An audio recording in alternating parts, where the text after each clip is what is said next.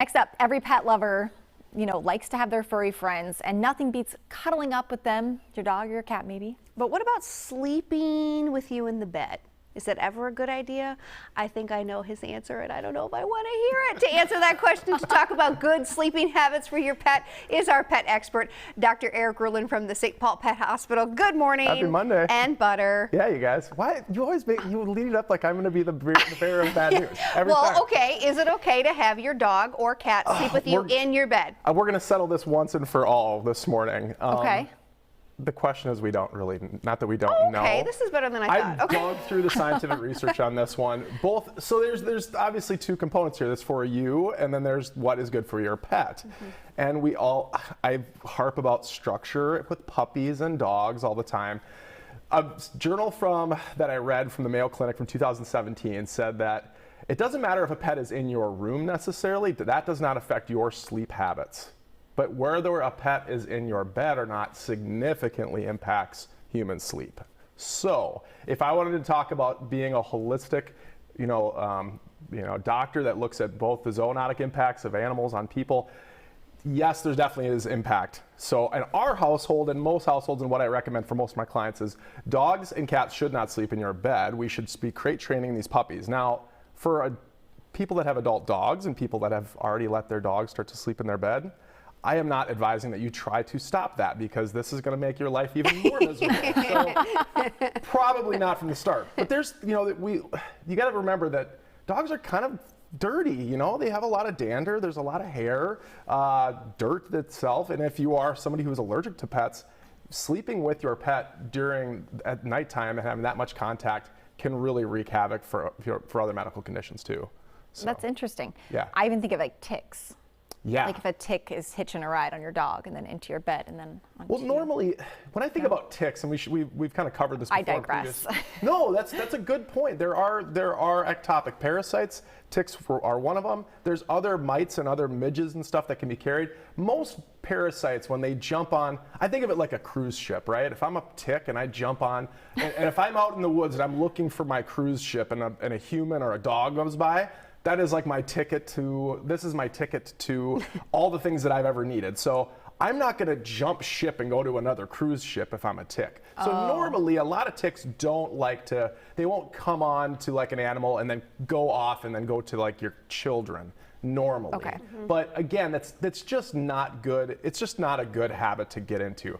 Again, if you've got an adult dog already, there's probably no breaking this cycle. But there are significant studies that prove that sleeping with your pet does disrupt your own sleep cycle. Sure. I mean, it makes a lot of sense, obviously. Yeah. I'm sure your pet is love and life, yeah, but it might not be right for you. If you are watching, and let's say you do have an older dog, and it's gotten to this point where you thought, oh, I'm never going to let him on the couch. I'm never going to let him in the bed. Yeah. And then, things change. You realize, okay, if you do want to try to break that cycle, is it possible, or is it just... Absolutely. Okay. So sometimes what I'll do is I'll take a pillow, like one of your pillows can go in the crate with them right next to the bed, and balling it up so that they have some type of physical sort of hurt, some type of transition that they can make, and then slowly moving that crate away from the bed, slowly.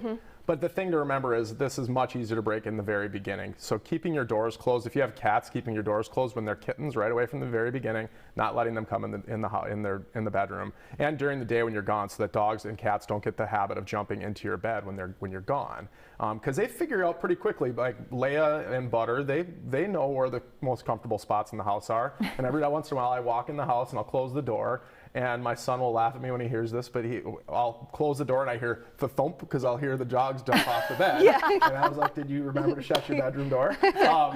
But training them from the beginning, obviously, in crates at night, and then eventually, that's what normally what I tell people is not until they're at least a year to a year and a half old will we allow dogs to get up on furniture that you allow them to. Okay. So that's a good kind of tip and trick.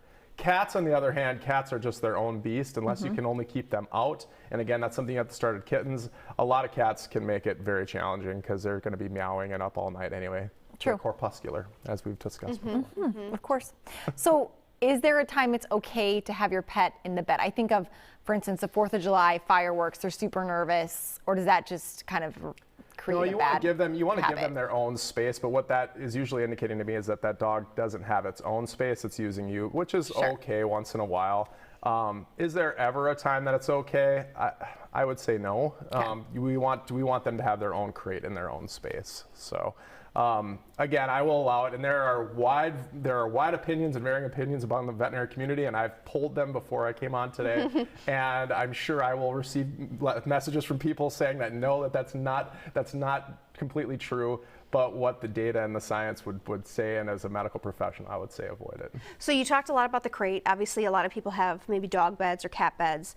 Like I'm just thinking ours. Ours is in our bedroom, and that's where Piper sleeps. Perfect. It's still okay to have them in your individual bedroom? Right. So the Mayo article that I was referring to earlier, they only distinguished it as whether or not the pet was in the bedroom with the people. And that is actually, I think, one of the best compromises, because for people or for a pet that's maybe sick, or if you think about it this way, if a dog, let's say, has diarrhea or needs to get up in the middle of the night to go drink water 10 times, you don't know that if that dog is just free ranging in the house and is not in their kennel. But let's say Piper's in her kennel at night and she's got to go, she has diarrhea in the middle of the night, you might not know it. Not only one, does it alert you because she has to wake you up to go outside, it alerts you, but it also, you get to watch and see what happens. Plus you don't have a huge mess to clean up in the middle of in the morning when you wake up, right? Fun surprise. So yeah. you know what I mean? And it alerts you to like, oh, does she need more water? Is she going out to pee more often in the middle of the night? You might not pick that stuff up until you see it in the morning. So that's one good advantage of that. But no, having that intermediate step of having them in the room with you really makes it a lot better. Good advice. So, as always, thank you, Dr. thanks, you Eric guys. Ruhland. We Have a great appreciate you day. coming in, and Butter too. Yeah.